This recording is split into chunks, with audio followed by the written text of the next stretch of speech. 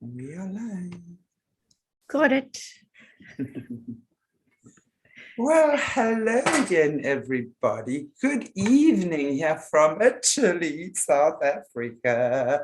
Welcome back to Aquarius Rising Africa 2.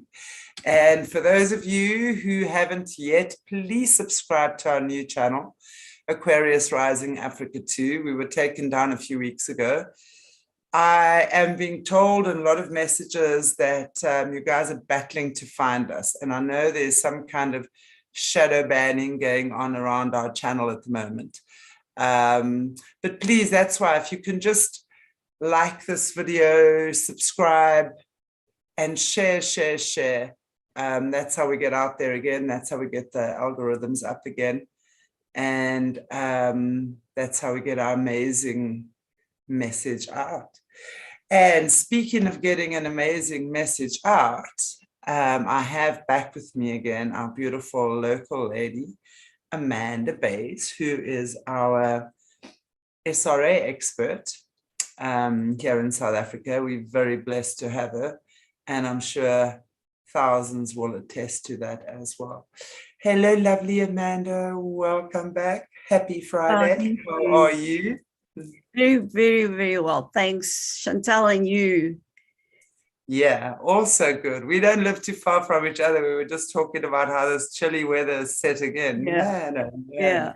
I think we're in for a long, cold winter. Yeah. Anyway, we have each other to keep the laughter warm in any event. So we shall continue to prevail.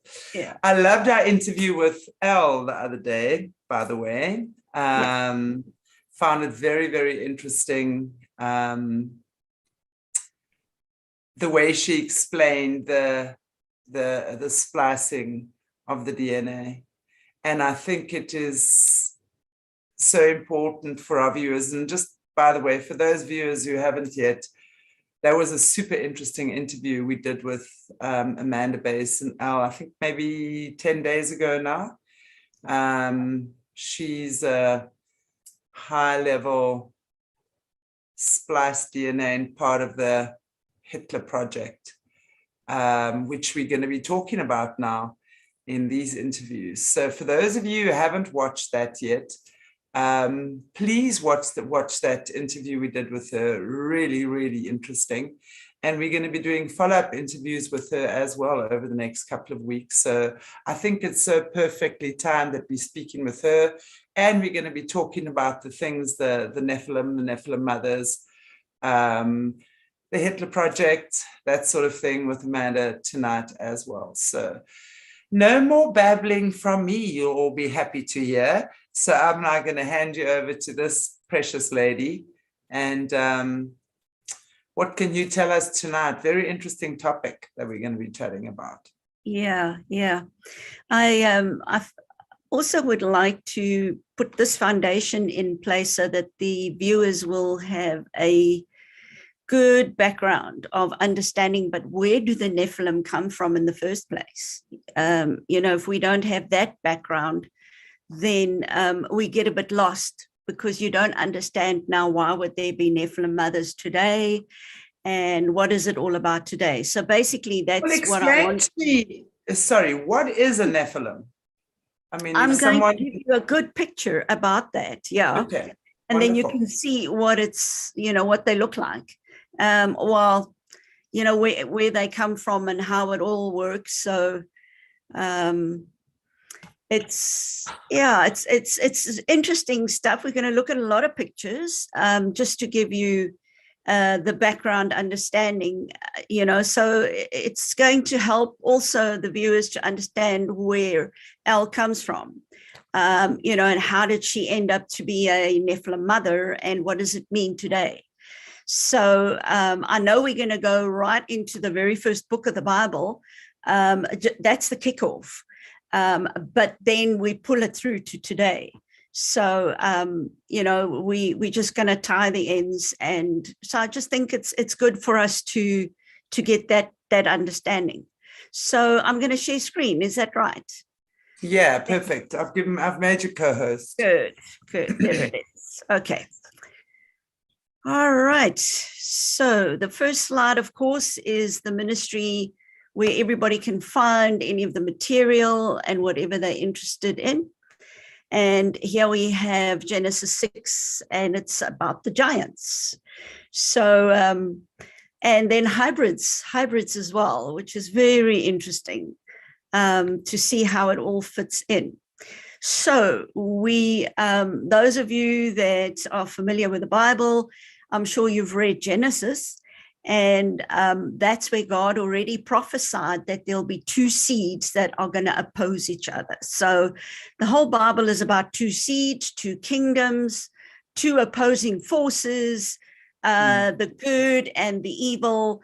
And that's basically what it is. So right in the beginning, God spoke in his word about the two seeds, which Genesis 3 verse 15. And this was after the Adam and Eve fell into sin, and God spoke the consequences over them. And he said, I will put enmity between you and the woman. And he's speaking to Satan. He's speaking to the serpent. And he's saying that there's going to be problems between the serpent and the woman, and between your offspring and her offspring. So it's between human, her offspring is human, but Satan's offspring is not human. But there's going to be a war through the ages. There's going to be a war, and especially nowadays, which we know that we're like at the end of time of this season. We are seeing a lot of stuff coming down.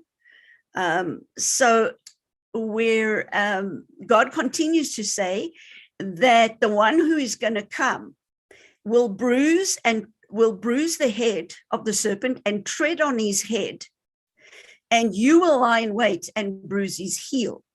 Now, this is an interesting scripture, because when Jesus was crucified, and that, we commemorated this last weekend, the long weekend, which was Passover weekend, when he hung on the cross, every time he tried to lift himself up, because hanging on nails on your hands, it was through the wrist, the bones of the wrist that he was hanging, and also on his feet, you're just hanging on these three nails, then your lungs get pushed hard down, and then he would, to try and breathe, he would kick with his heels on the cross, which was rough. It was rough wood. And he would kick on his heels and try and lift himself up to take a breath. And by doing that, his heels were bloodied because of the continual pressure pushing up on the cross, trying to breathe. And that is exactly what God was saying here, is that you will lie in wait. So the serpent will lie in wait. They thought that they had killed Jesus, and then and bruise his heel. And so this is how he bruised the heel of Jesus. It's just interesting to know that it was prophesied way back. And so where do these giants come from? Let's have a look at, if we see that prophecy, there's enmity between the seeds, the good and the evil. And now we see, where do these giants come from? Genesis 6, we go way back to Genesis 6, verse 1. And it came to pass, when men began to multiply on the face of the earth, and the daughters were born unto them, and the sons of God, which are these fallen angels, the fallen angels were called the sons of God. They saw the daughters of men, that they were fair, and they took them wives of all which they chose.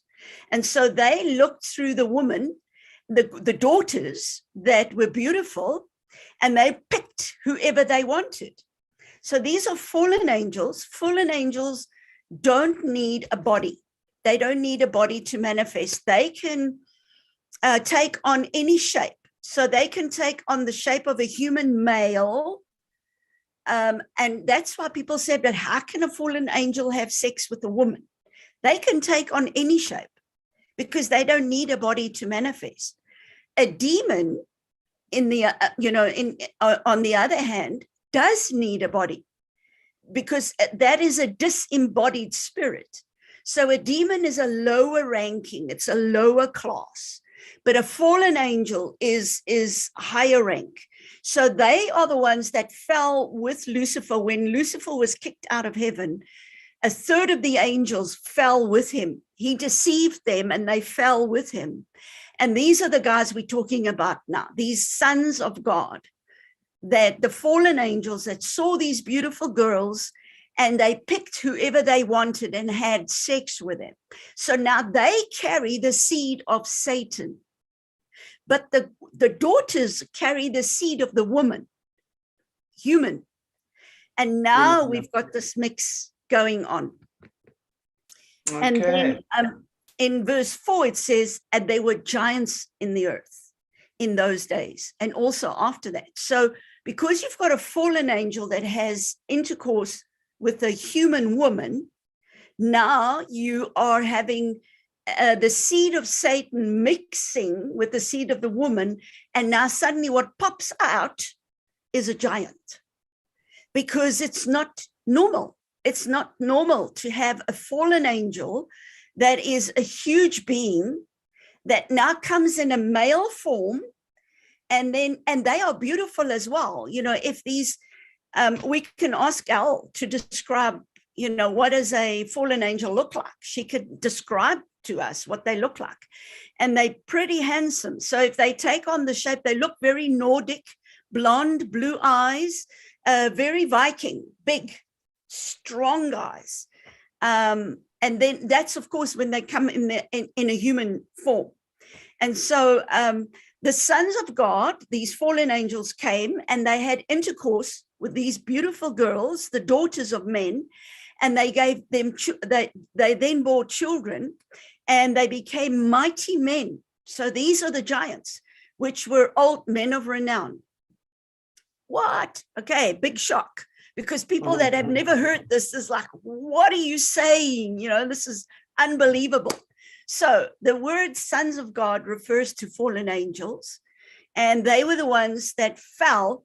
And I will bring in where I speak about the three heavens. The Bible speaks about three heavens. So you've got the first heaven, which is where when we look up, we can see the stars and the sun and the moon and the galaxies. We can see it's where we live. Then the second heaven is where Satan and his fallen angels, where they live. And then the third heaven is where God lives. So that's very clear in the scriptures, you know, how you understand the hierarchy. And so the giants or the mighty men, these are called the Nephilim. So this is now the mix between the offspring between the original women and the original fallen angels. Okay. Yes, that's right. So there they are, these huge giants. You can just imagine what your heart would do if you see these guys coming along. And there's been were the women at that stage. I mean, there must have been women giantesses. I think that's what you call them. Women also came. It wasn't just men. They were also, in the beginning, they mainly referred to men. Okay. But there's also female, quite a lot of female Nephilim that are around as well. Okay. And they are bred for a specific purpose too. You know, so yeah, we pick them up a lot when we counsel survivors. Okay, so what else was going on in Genesis 6? We're not stopping there. We're just going to have a look. And we see 6 verse 7 says, and the Lord said, I will destroy man, whom I have created from the face of the earth, both man and beast. Because what had happened, God had created this world perfect and beautiful. And he said, listen, I don't want you to mix seed. I don't want you to mix different seeds like animal and human. You don't do that. You know, the seed of the animal stays with the animal and the seed of the human stays with the human. Don't mix it. And he was very clear on don't mix seed. But these fallen angels were very clever. And they wanted to come and destroy everything that God had put in place. They wanted to destroy the image of God. They wanted to destroy creation, male, female. They just wanted to destroy everything. And so they then came and taught mankind how to mix seed, how to make war, how to make weapons of war. And so they were very clued up. And mankind didn't know anything. And these fallen ones came and taught them, gave them lessons. And so God was pretty upset because this was his creation that's now being messed with. And he decided, look, we've got to destroy everything. We've got to destroy both man and beast and every creeping thing and the fowls of the air, because they had taken birds and everything, and they had mixed the seed. And so this, what we then got was these hybrids, what they called the Greek gods. And we're going to look at some pictures now of the Greek gods.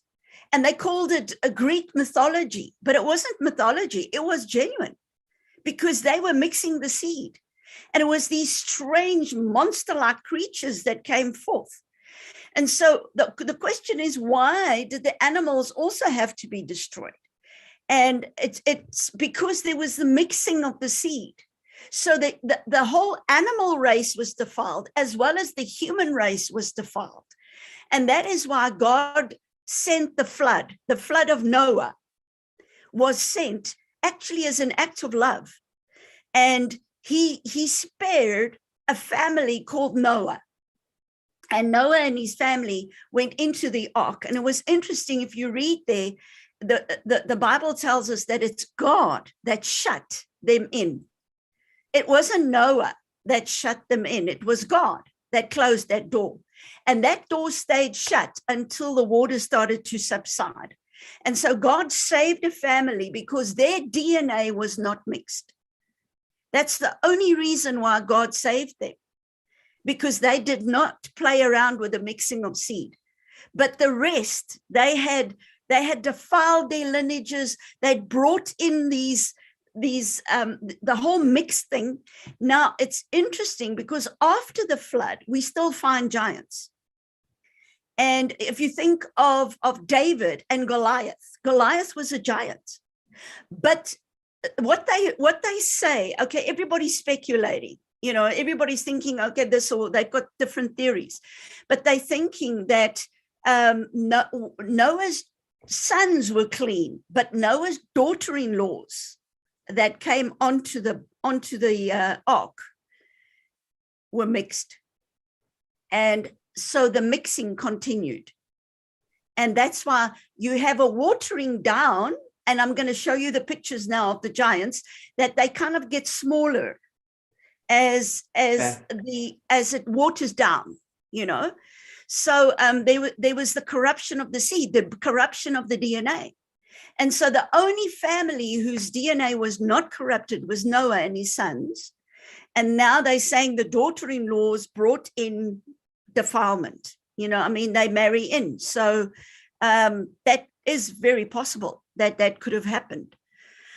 And so here we see these hybrids and what they call Greek mythology, but it's not a mythology. It is real.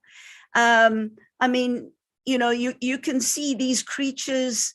There's the mermaid with all her stuff, and like half human, half fish, and that's a lion.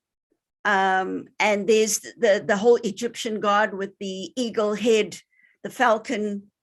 And so all of these are just examples of Greek mythology. But it was hybrids. It was genuinely happening in those days.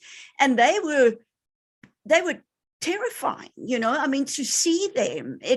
So they worshiped them as gods. They worshiped them. And to this day, these same entities still have all the power because they've been worshipped all along. And now they're saying with the new age, they brought back the old gods of the new age. But it's old gods. It's not new. And the more ancient they are, the stronger because they have all that worship. And so that's what's made them so strong. And now these guys, these dudes, are now controlling our survivors. They are tied up. We have survivors that shapeshift into mermaids. They are linked with these spirits. They shapeshift. You've got reptilians. I mean, you know the whole thing that's going on among the royals with the reptilian race. Yeah. And so this stuff is real. This stuff is, and these entities are real. And so when you program a survivor, you get them to call on these entities, and they become like a entity of power that gives them power when they need to fight. So they become one with these entities. Okay, then we see hybrids in the Bible, and this is in 2 Samuel. Now, this is quite long after the flood, and that's why I'm saying to you that there were giants after the flood. There were still giants, and the speculation is that Noah's daughter-in-laws brought this, the DNA, the mix of the DNA happened, you know, also with us. So 2 Samuel 23:20 speaks about a valiant man of Gebzeel, who had done many notable acts, slew 2 lion-like men of Moab. And there they are, lion-like men. Yeah. So here's the combination of where they mixed the seed of a lion with a human. And this was birthed. So when they, in the spirit realm, these guys are there. They are very strong. They are very powerful. They are warriors. So hybrids are very real. I mean, the Bible is showing us that they are very real entities. 2 lion-like men. Okay, so Matthew 24. Now we want to see, what about today? What does the New Testament say? We were right back in the Old Testament. Now let's go to the New Testament. And it says in Matthew 24, verse 37 and 38, but as the days of Noah were, so shall also the coming of the Son of Man be. So in other words, the closer we get to the second coming of the Lord Jesus, the more we're going to see this. We're going to see hybrids. We're going to see these monsters. We're going to see these creatures. They have bred these creatures. It is very well known that they have made these creatures in underground tunnels. And they have done a lot of work because Satan has got a deficit in his army. When he deceived the angels, only 1/3 fell.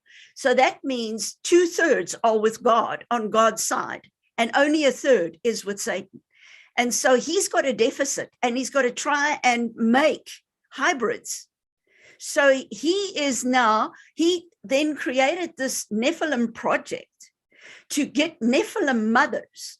So what he did was, someone like El and the other people that we work with, they have gone through a very special process where they have a 3rd strand DNA. You know, we only have 2 strands DNA, but for them, they have a 3rd strand, which enables them to fall pregnant with Satan's seed. So not everybody has that 3rd strand. So it's where the royals have been chosen. And they have been gone through a very special process in the creation of how they were created in an artificial womb, and everything that they did with them. They will then put this 3rd strand DNA. They give the girls this 3rd strand DNA, which then enables them. Is that part of the splicing? Is that what I was talking about the other day as well? Would that 3rd strand of DNA therefore be part of the splicing process that they do? Yes, it would be part of the ability. The splicing is also how they would take a human ovum And then they want other mothers to be added with their gifts and talents and abilities. So they strengthen the ovum. So it's not just one mother. They will then splice in other mothers that will be mother witches that will train them throughout their life. And so they will know by DNA recognition, they would know if a woman comes into their life and starts training them as a mother, but she's my mother, but she's a mother witch. And so when you look at the ovum, you're going to have the main ovum will be one mother, but then the other mothers are spliced in. And then they do a whole thing also with the men. So the mother would lie on an altar, and there will be 13 Nephilim on one side and 13 human on the other side. And she's in the middle. And then they have the Nephilim would do raping, and the male humans, the kings of the earth, because of course they're all kings of the earth, they are royal.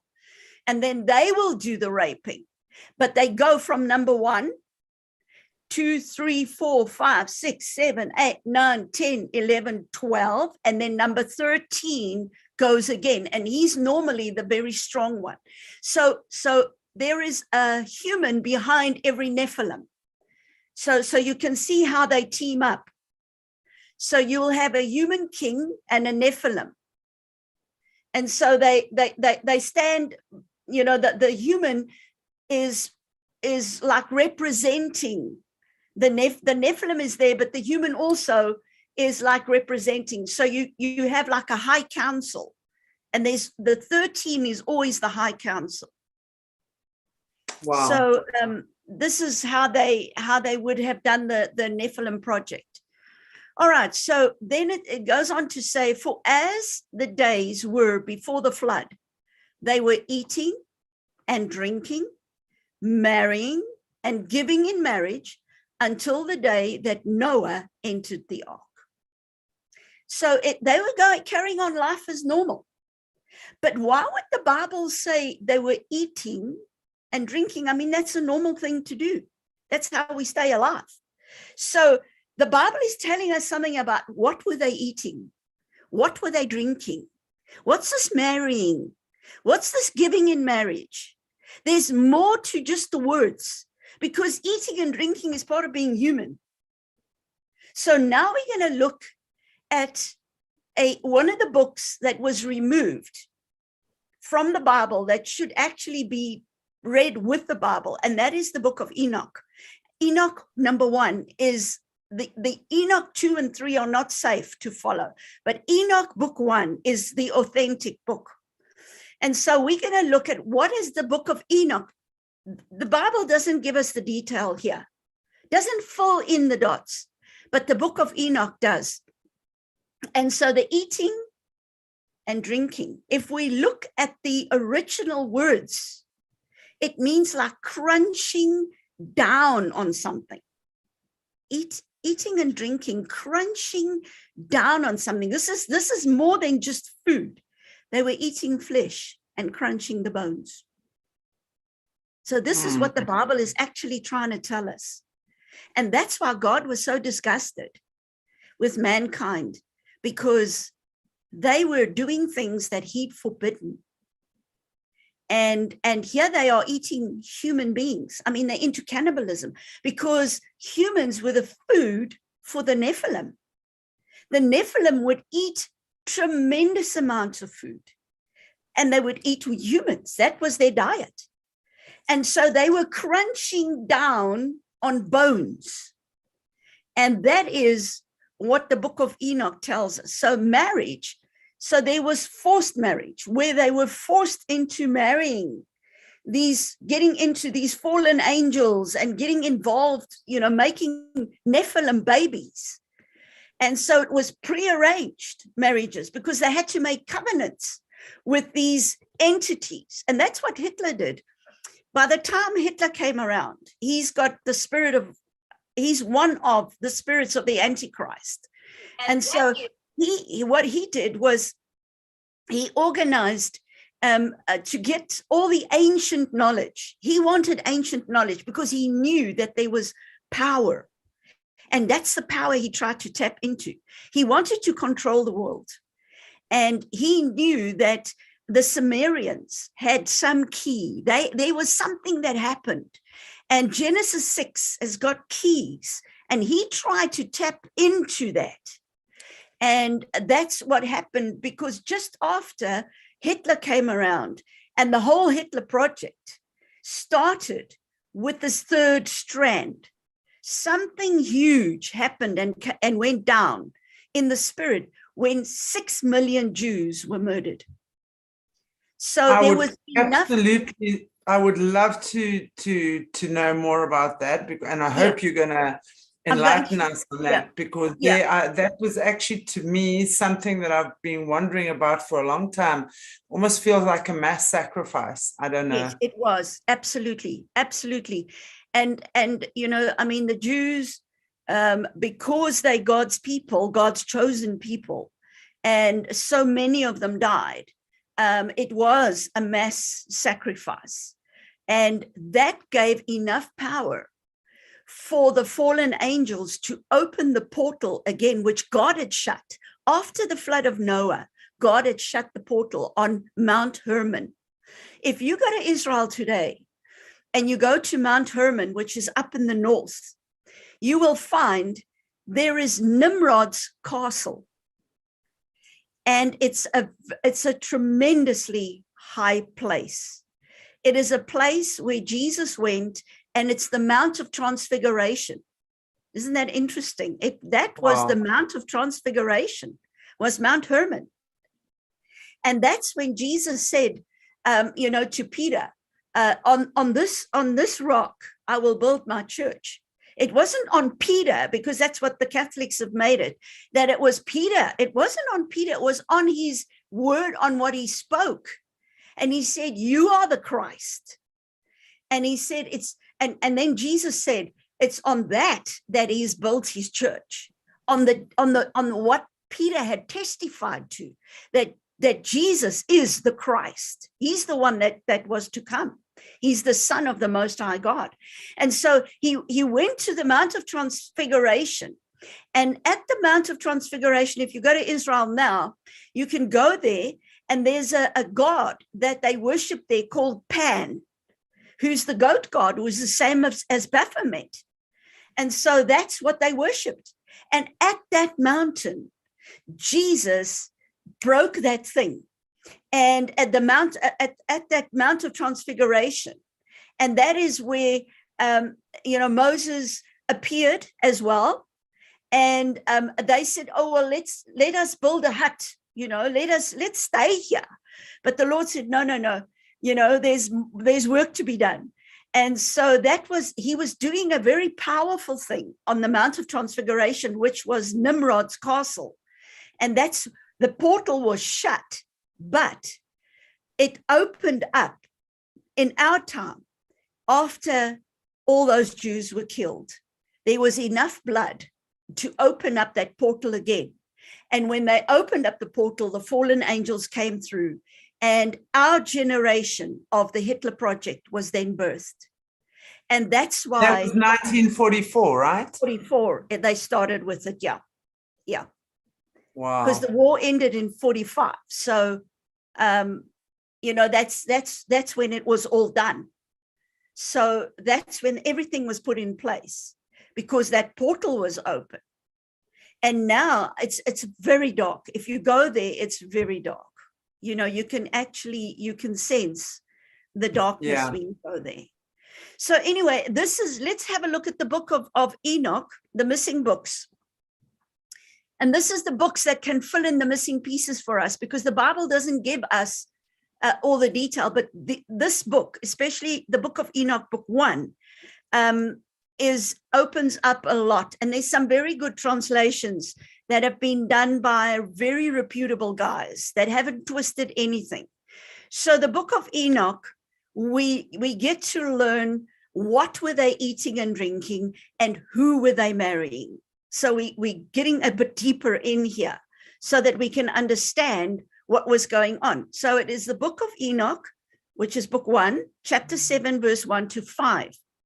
And we see, and they took wives for themselves. So we've just read that in the Bible. You know, we see the fallen angels took wives for themselves, and everyone chose for himself one each. And they began to go into them and were promiscuous with them. And so, of course, there was a whole lot of sex going on. And then we see, and they taught them charms and spells. Up until then, mankind knew nothing about witchcraft. They didn't know anything about the occult, but the fallen angels were pretty clued up. And so they were the ones that came and taught mankind all about charms and spells. And they showed them the cutting of roots and trees. In other words, the making of potions, you know, the whole thing with potions where they do all sorts of witchcraft potions. And, you know, you drink this potion and it does things. So they taught them. This knowledge came from the fallen angels. And the girls became pregnant and bore large giants. Now, this is word for word exactly what we read in the Bible. It's parallel. It just gives us what the fallen angels were teaching mankind. These devoured all the toil of men. And so everything man worked for, every field that they planted, everything that they worked for to put crops in the ground, these giants ate so much that they ate everything that mankind produced. So there was no food for man because these giants were just taking over. And the giants then turned against the mankind, in order to devour them. Because now men didn't produce enough. And so they decided, right, now we're going to eat man. And so, I mean, what chance do you have against the big giants? And then we see, and they began to sin against the birds and the animals, against the reptiles, and against the fish. So what sin? They started to have sex, and they started to mix the seed. Exactly the same as what we've just seen in the Bible. This book of Enoch is confirming. Now, they didn't just sin against mankind, but they started to use the animals that God had created. And they devoured one another's flesh and drank the blood from it. And so that is what they were crunching down on. That's what they were eating. They were crunching the bones of babies. And, you know, when I was teaching this, one of the survivors came and said, oh, it's absolutely horrific for her to hear, because she then had flashback memories of them having to eat little babies and crunch on the bones of the little babies. And that just brought it all back to her. It was very triggering. Wow. Okay, and then we see what a shock. I mean, come on, this is horrific. This is what was going on in those days and even today again.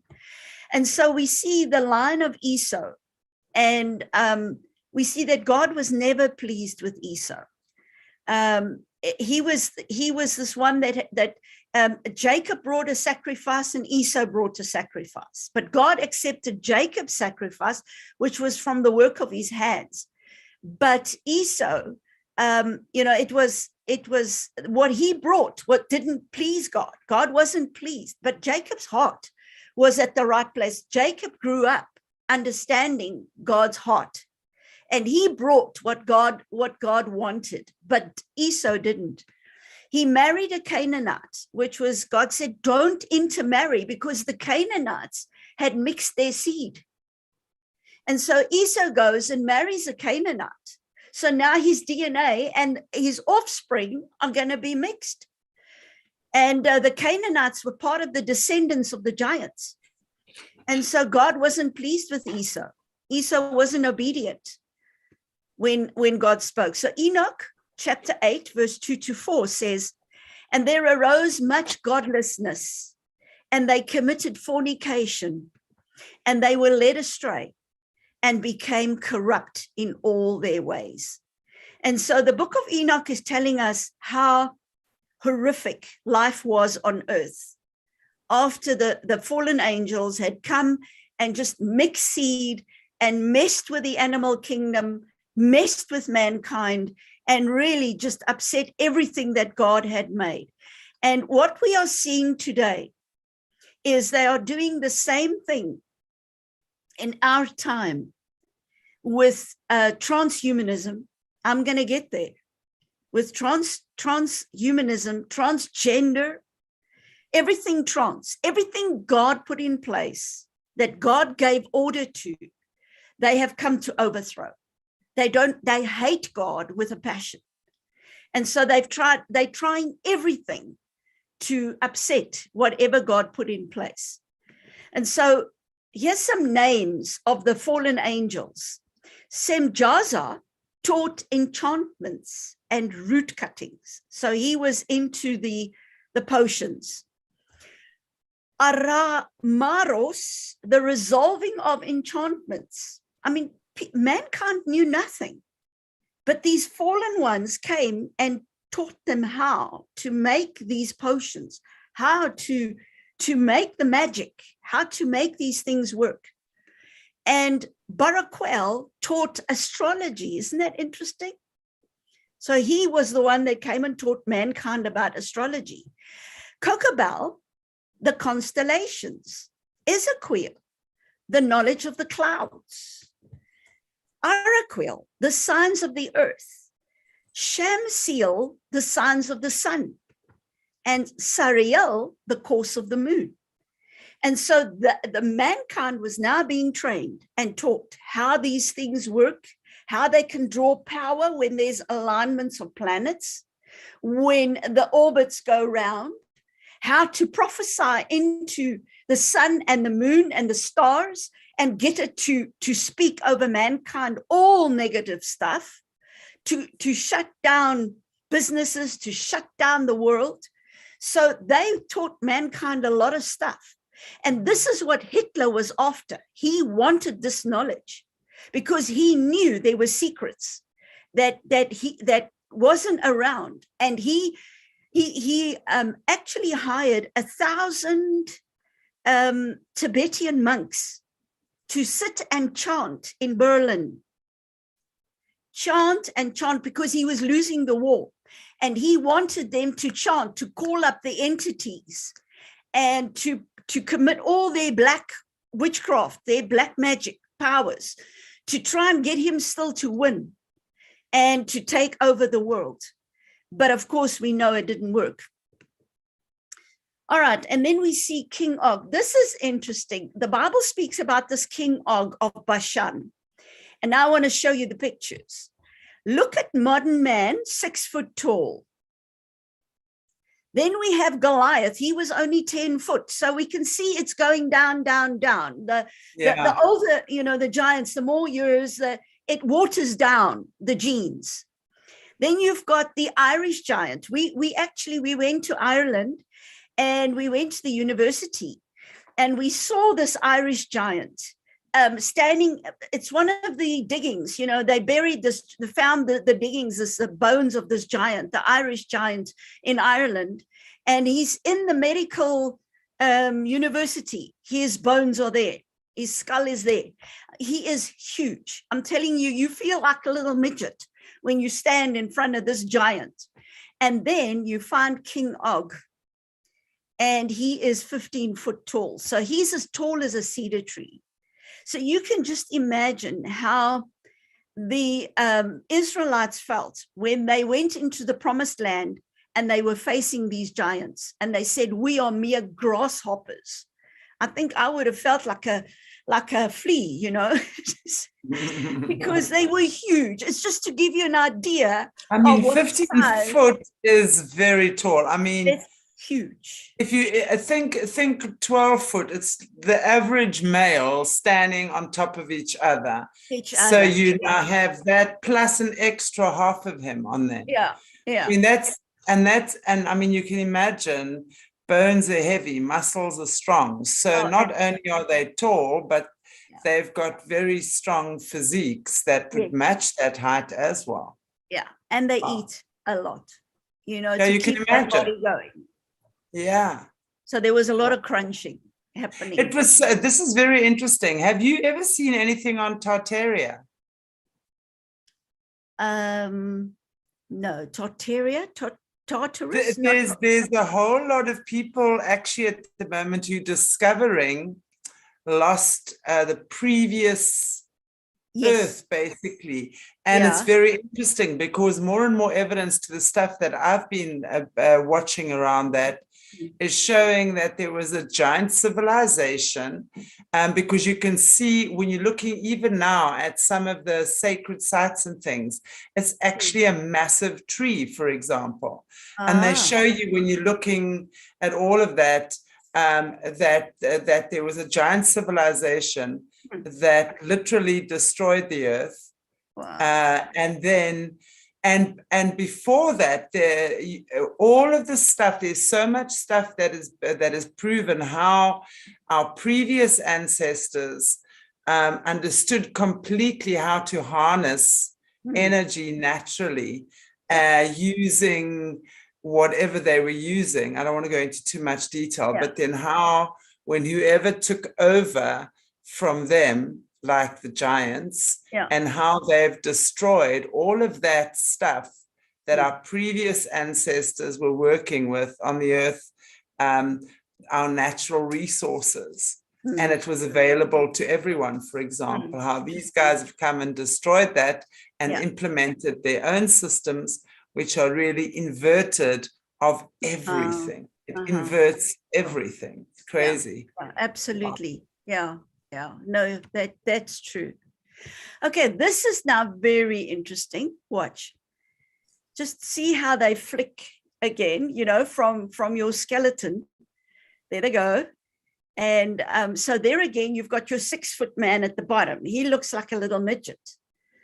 And then you go, the Caesar of Rome, that is an 8'6" man. And then you've got the 12-foot, which is Goliath.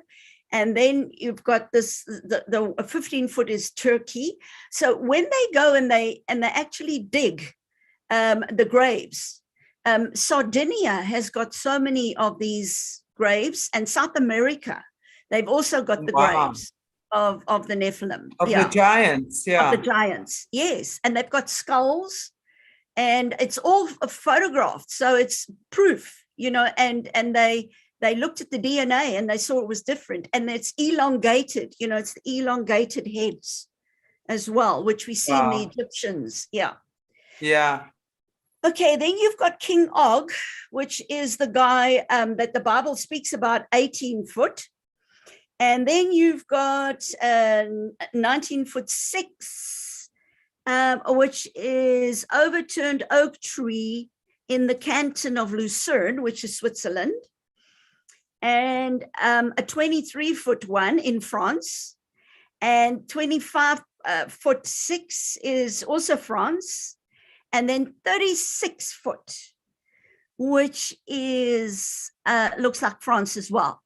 So these graves can be found with these bones. 36-foot high, tall body. That is 6 average men standing on top of each other. Yeah. That is unbelievable. Yeah, no, it's scary. It gives you an idea of why they said we are like grasshoppers. Even if you're 6 foot tall, you're quite tall in today's terms, Yeah, exactly. Imagine living with these guys. I mean, it must have been pretty scary. I don't know what I'd do if I see a giant. Run and scream. But what's interesting. So big. Sorry, carry on. Very interesting about the Nephilim is that they don't have any creativity. Yeah, and exactly. That's why they want the humans. Mm-hmm. And they want to work with the humans, because the humans have got creativity, because we are made in God's image and God is creative. God created the world. He created everything. And because we're made in his image, we have creativity, but they don't, because they are not made in God's image. Yeah, because And that creativity is sitting in our DNA, right? It's in our DNA. Absolutely. Yeah. And so they don't have it. So they harness mankind. So they take the survivors and they use them as slaves because they need their creativity. Isn't that Makes interesting? perfect sense, which is why they would find the human spirit so juicy and delicious and want to harness it and do their soul sculpting and adreno juicing and right. Yes. all of this stuff. It makes sense because they need that in order for them to become creative. Insane. And your survivors are super creative. Yes. They do poems. Smart. They write poems, they draw, they can bake, they can cook, they can do any they are so multi person that they are super duper with everything. It's amazing. And that's why these guys want it. And so if they want to create things in laboratories, they need the creativity of the survivor to help them. It makes such perfect sense what you're saying. So again, it also we always speak about the fact that God is the creator. Lucy and friends are emulators. So they will emulate whatever the creator has created and then turn it into something very ugly. So nothing nothing is new. Everything is created in the image of God. What they've done is they've taken those energies, those frequencies, and they've corrupted them. And and how they've combined the frequencies energetically. And, they're obviously master alchemists as well. So they would know exactly. They've studied for years about all their lotions and potions and all these things they make, Very interesting. Very, very interesting. Yeah. Okay, so what is the hierarchy of fallen angels, Nephilim, and humans? So that we can just understand. So we have fallen angels. So they're in second heaven. That's their realm. That's where they operate, second heaven. And then we have Nephilim, which is now the second layer down. So your higher ranking, they've got the highest ranking army-wise, the fallen angels, then the Nephilim, and then the humans.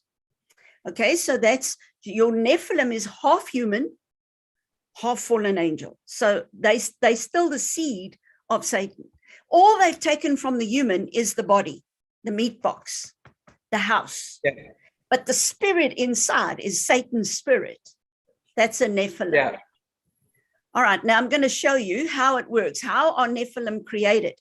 Fallen angels sleep with the woman and impregnate them. And then they bring forth Nephilim. Yeah. Does that make sense? Totally. And then those would be the giants. That's it. That then took over and controlled. In those days it was giants. Today, they have perfected them, that they look exactly like us. Okay. They look exactly like us. So they're not giants anymore because they've got to fool mankind and they've got to take positions of our society. They've got to be in media. They've got to be in education. They've got to be in every walk of life, medicine, everywhere. They are there and they look exactly human. Wow. So yes, it makes perfect sense. It makes perfect sense. And I know there's been a lot of talk around our communities around Nephilim in the last year or two. People have been, especially like Jesse, and I know Bryce as well, has gone into it quite a bit.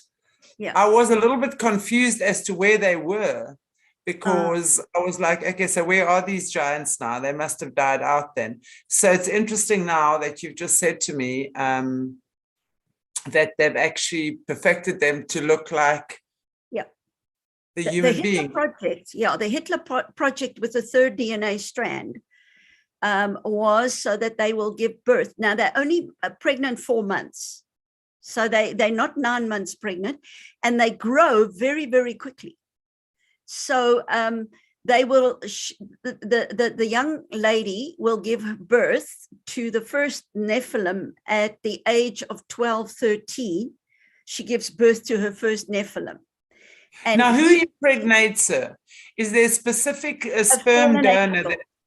A fallen angel. So it would be a fallen angel that would then either through rape or artificial insemination would then impregnate her. It's rape. They've got the royals get raped by Satan himself. And they if they explain it to you, they don't have words to tell you what it's like. It's like you disintegrate as a human being completely. Your cells, it's like you explode. That's what happens when Satan impregnates you. Because remember that the hybrids, that the Nephilim is his seed. Yes. And so you will have a fallen angel that gets assigned when the sperm and the ovum come together, when they decide they want this baby.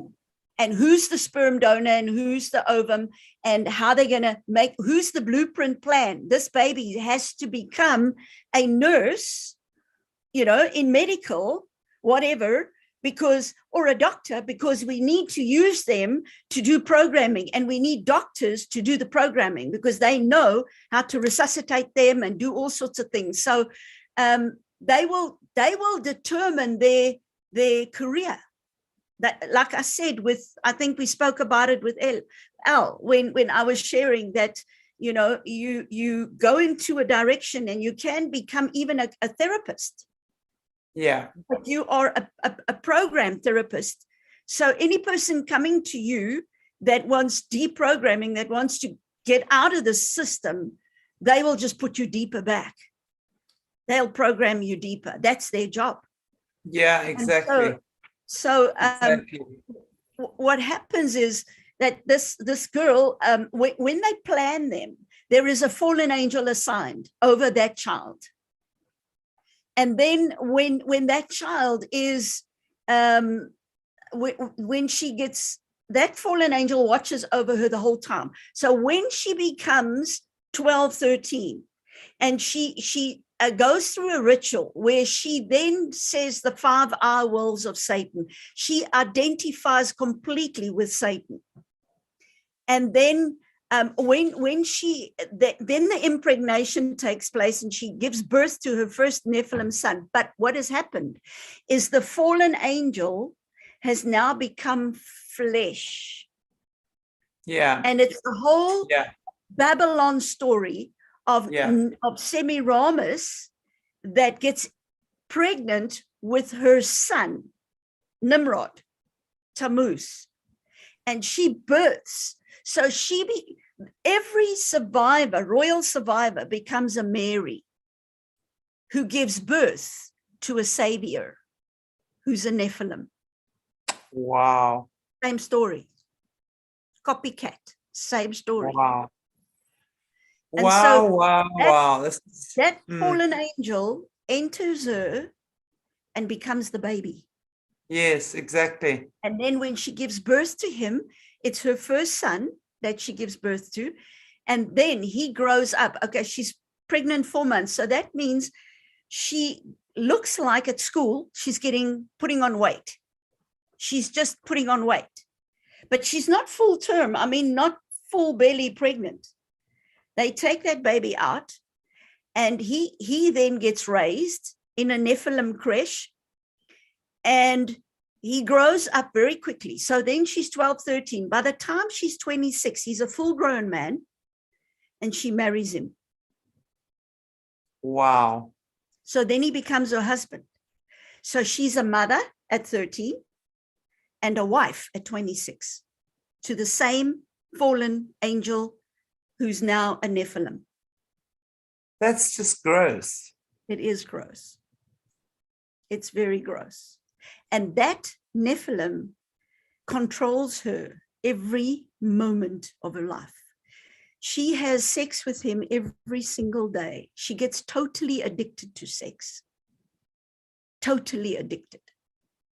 and to break that addiction is very difficult, because the level of sex, the ecstasy that he gives, no human man can give it. So she's totally addicted.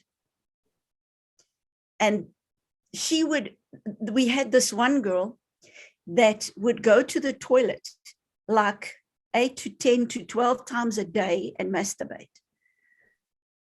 And when she masturbates, he's there, he's with her, and he takes that energy.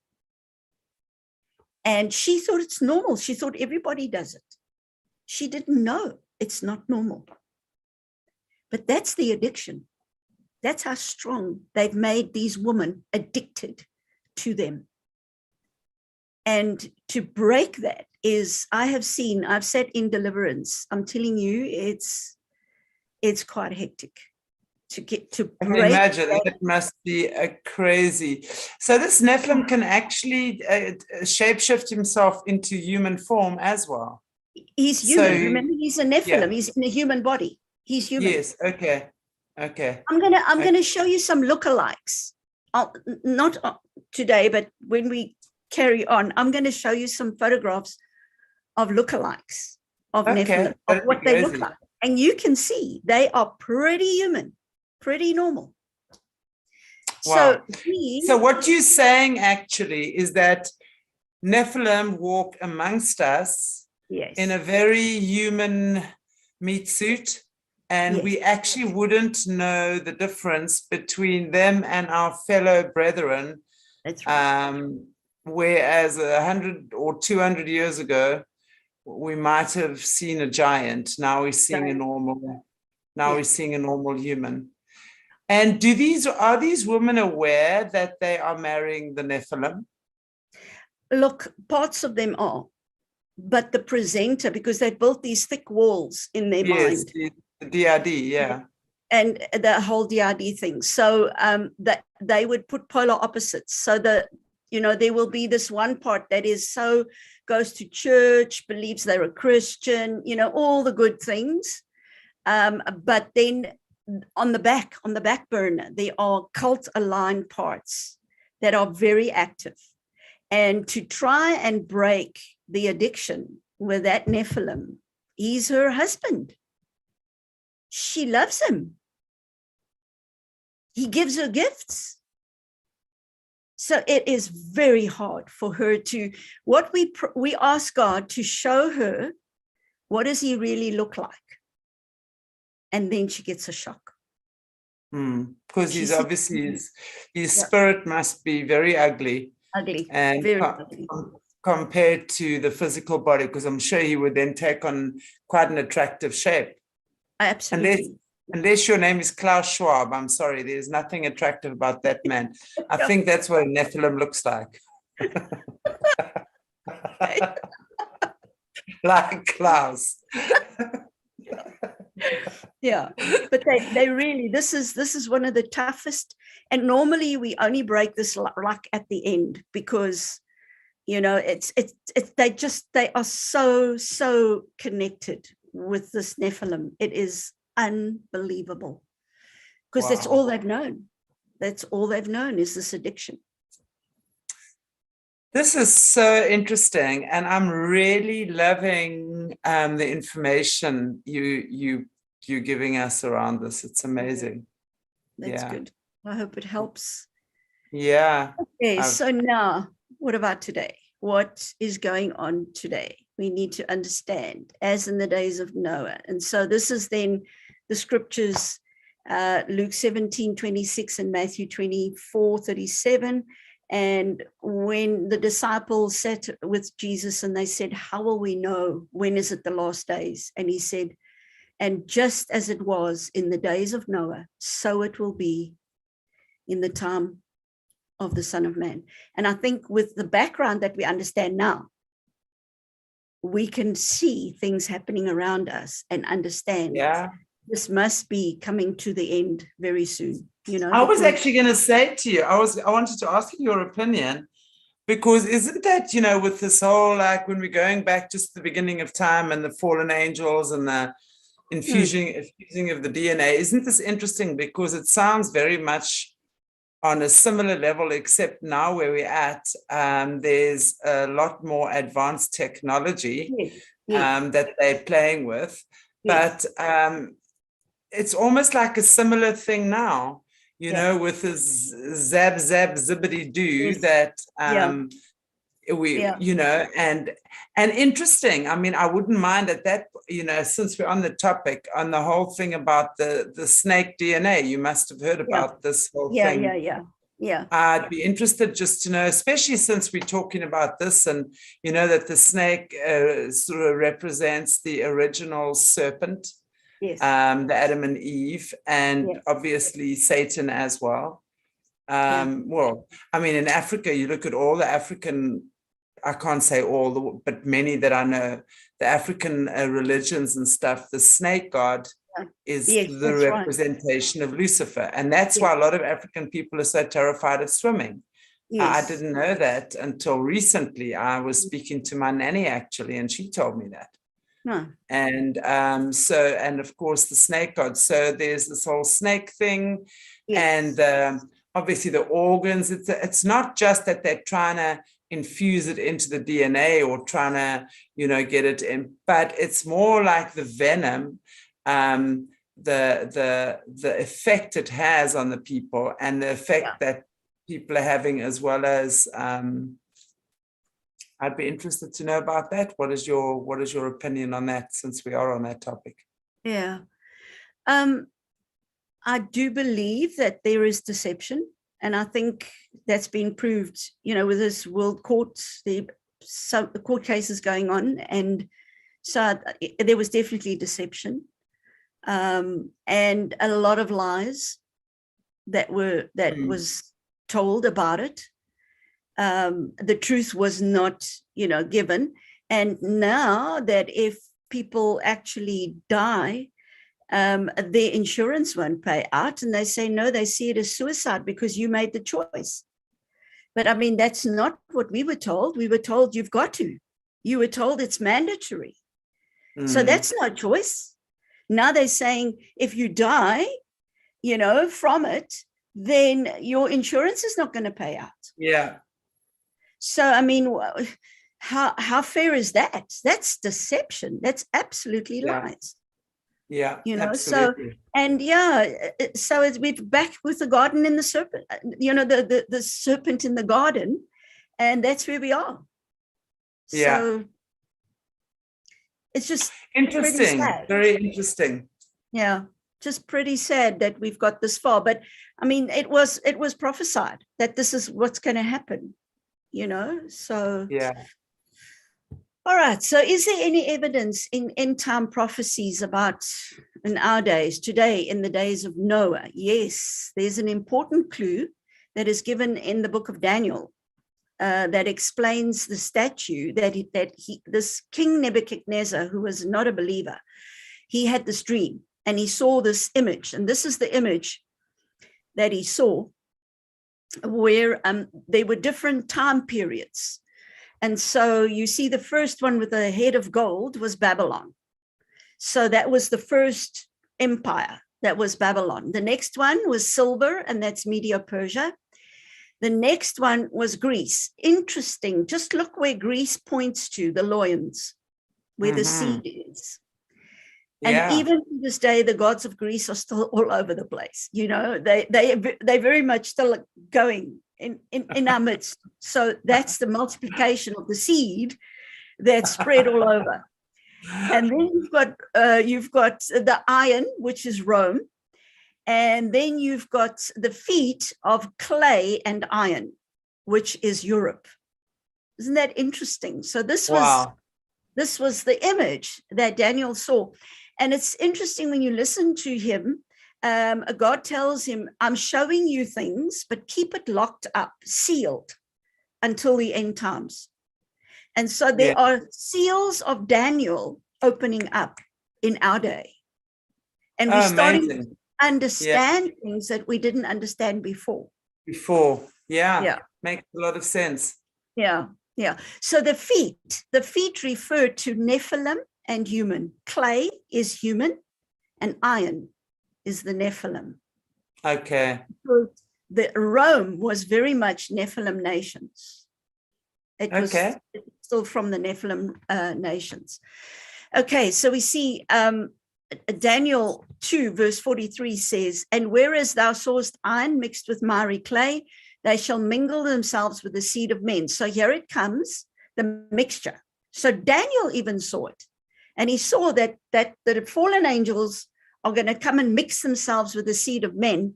But they cannot cleave because they cannot become one. We can't become one with the Nephilim because they are from the seed of Satan and we are from the seed of the woman.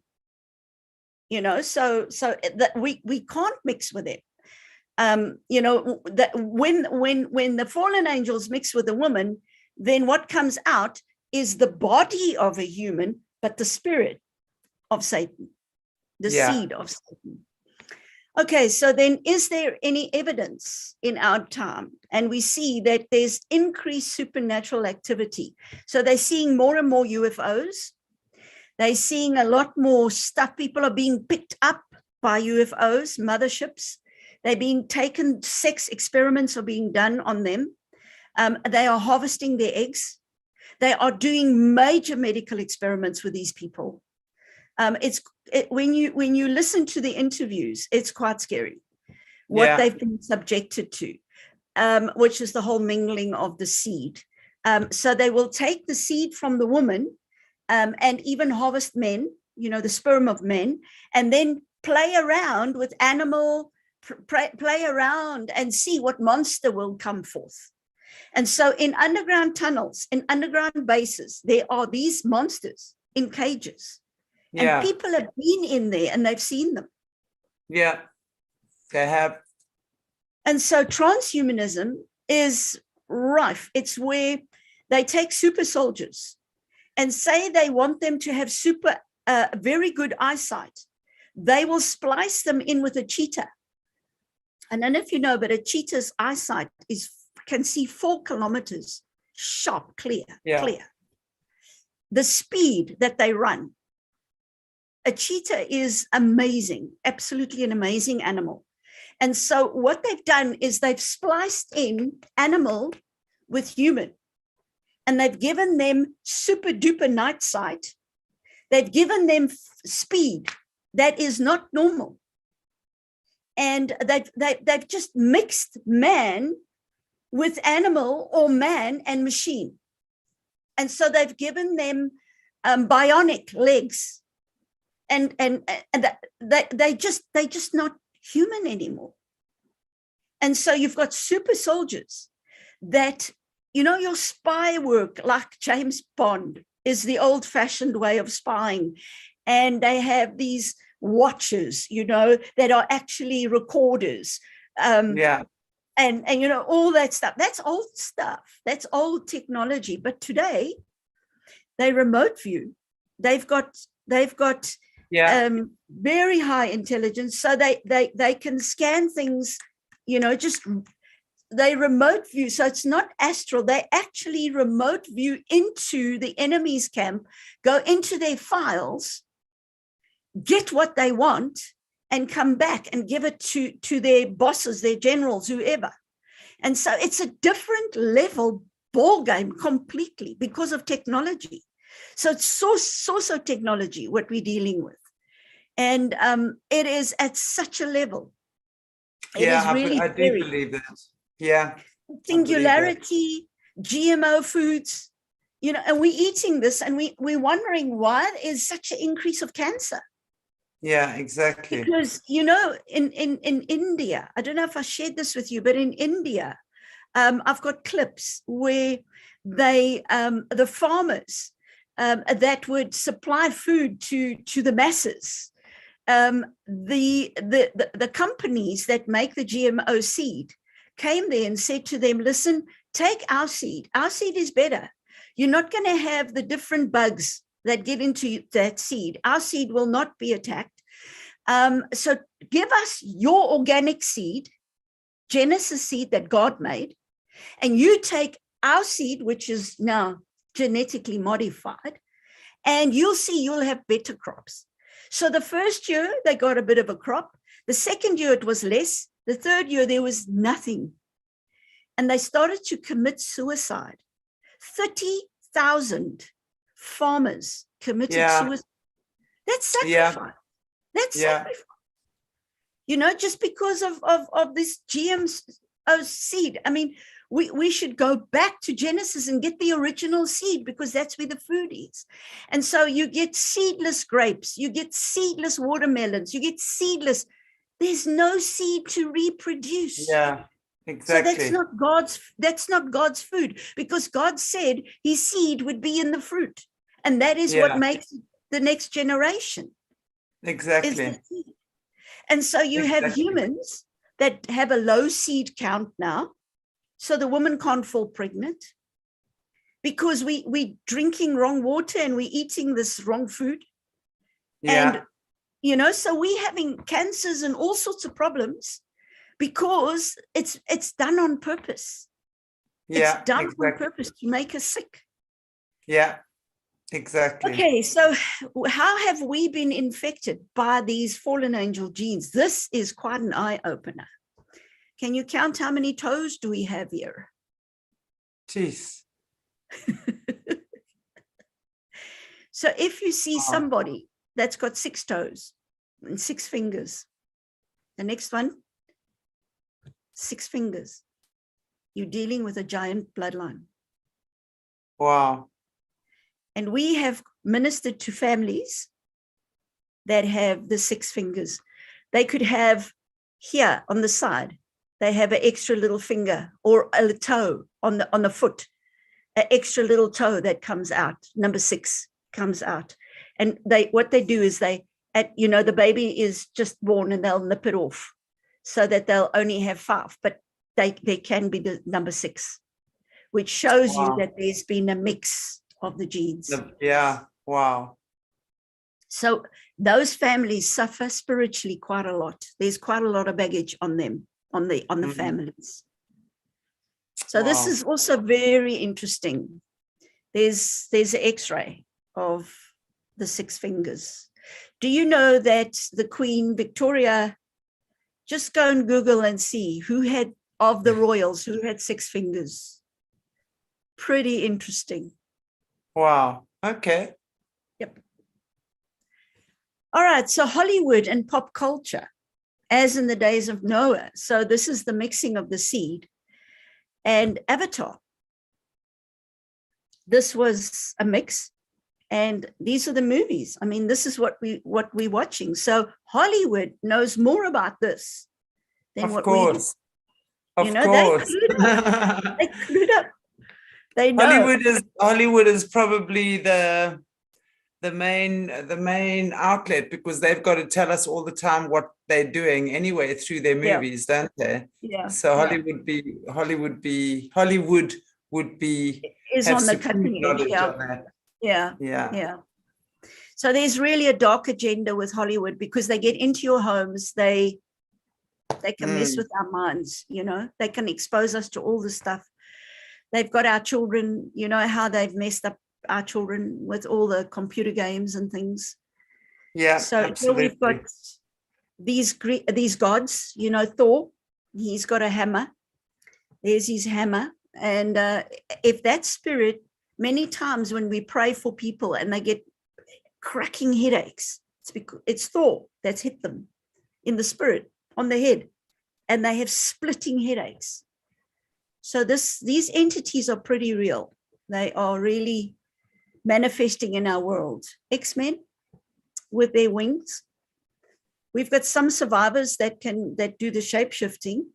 And the one girl was telling us she suddenly felt something going on with her back, you know, it's like pain in her shoulders. And the next thing was pop. And she looked, and yeah, these wings were. So they had worked with her since she was a baby to be able to shapeshift like this. All right, splice. There we've got the mouse with the human. So, I mean, these movies have been going for how long already? That they know that this is happening. They're splicing. Yeah, they're telling us all the time. They Yeah. normalize it. Yeah. Yeah. Yeah. So there you've got the wings in. But we are not to fear. The whole thing is, even if you see this, it's fascinating, but also some people can be very fearful. And the whole thing is, we're not to fear. We've got to put on our helmet of salvation. Just cover your head so that you know that our Father is in control. No matter what is going on in the world, God is still on the throne. He knows exactly what's going on here. He knew it in Genesis. He already put everything in place that we need for the end times. He's not suddenly in a panic. Oh boy, what am I going to do now? No, he's known about this all the time. And so our Father is in control, and he's at work with his awesome plan of redemption, and he wins in the end. So the survivors get pretty upset. Well, there are parts that are still cult aligned when I tell them, listen, you guys are serving a loser. You must read the end of the book, because we win. So join the winning team, stop serving a loser. They get pretty upset with me. So our hope must be in Jesus. I mean, that's the only hope that we have. This is the Lord's day. It's not Satan's big day. It's God's day. He couldn't wait for this day. It's his finest hour, not the enemy's. And that's what we need to see. He's coming on a white horse. He's coming victorious. He's coming as the conquering king. And he's coming to take back the world that he created. And he's going to deal with all these entities and all these things. And so I trust that has given you some background. Amen. That's been amazing. Wow. As always, I've really enjoyed that. Wow. Very insightful. Thank you so much. I look like a bit, it's been amazing. Thank you so much, Amanda. Really, really incredible. Yeah. I love the way you break it down. It's simple. It's easy now to understand. And I think, as I always say, knowledge is power. And I think for us to have the knowledge and understand what's going on is a very, very, very important thing. Yeah. And I think if you listen to a survivor's testimony now, it'll make a lot more sense. A lot more sense. Yeah, absolutely. Absolutely. Yeah. Well, thank you, lovely lady. And I look forward we will speak later on this week with Elle again. And we'll have a follow-up interview, and you and I will have another individual again. We will arrange the time and the date and set it all up. Yes. So thank you, Amanda, so much. Is there anything in closing you'd just like to say or share with our audience? Yeah, I think, it's just to keep your eyes open and be aware. And things that you see on movies, don't think this guy's got one huge imagination. This stuff is very real. Absolutely. And, so just be awake and alert, and there's no reason to fear. If you know God and he's with you, he won't leave us, and he has the final word. So it's just a word of encouragement. In spite of all this darkness and all this stuff, Satan's not going to win. So he's trying pretty hard. It's just a matter of time. We understand it. We just got to get through it. We are the ones that we ourselves have to stand up, and we've got to awaken. We've got to shine our light. And that only comes through understanding, compassion, love, and understanding what's going on, and not turning a blind eye and running off into the hills and pretending things aren't going down, because they are. They are. It's true. Okay, guys and girls, I want to say thank you so much, Amanda, for being with us again. And to our audience, thank you so much for watching. If you haven't already, please give us a like, a share, a subscribe, leave us a comment, and share, please. This is such important information to get out there. And I think I've already asked you, but if you haven't already, please give us a like and a subscribe to our new channel.